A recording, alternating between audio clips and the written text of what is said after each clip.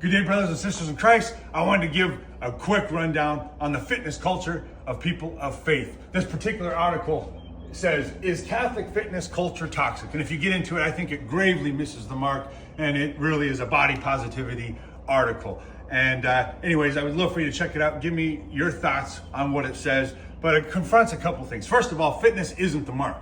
Fitness is on the same continuum as sickness, wellness, fitness. And fitness obviously brings me further than away from sickness.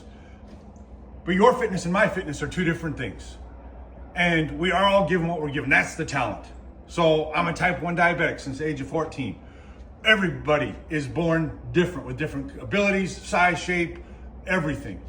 That you are still created in the image and likeness of God. You are wonderfully and beautifully made. But you are still called to stewardship. To whom much is given, much is required. So whether you're given 1 talent or 5 talents, to bury it would be a grave sin.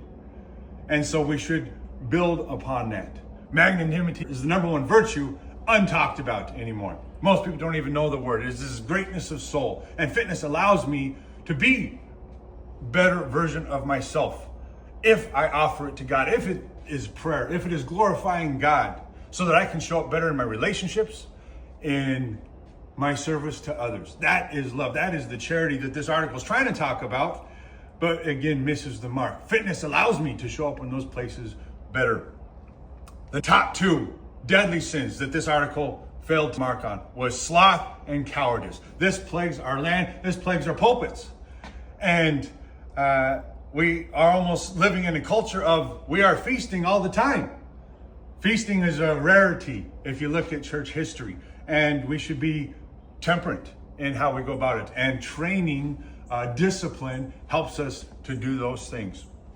It again talks about the theology of the body. How dare we compare this to theology of the body? Absolutely. St. John Paul II, when he brought out theology of the body, was addressing the sexual revolution. But he's taking from teachings of old. The body, we are created whole in the beginning. The body is the first gospel. You are created in the image and likeness of God, no matter how you're created.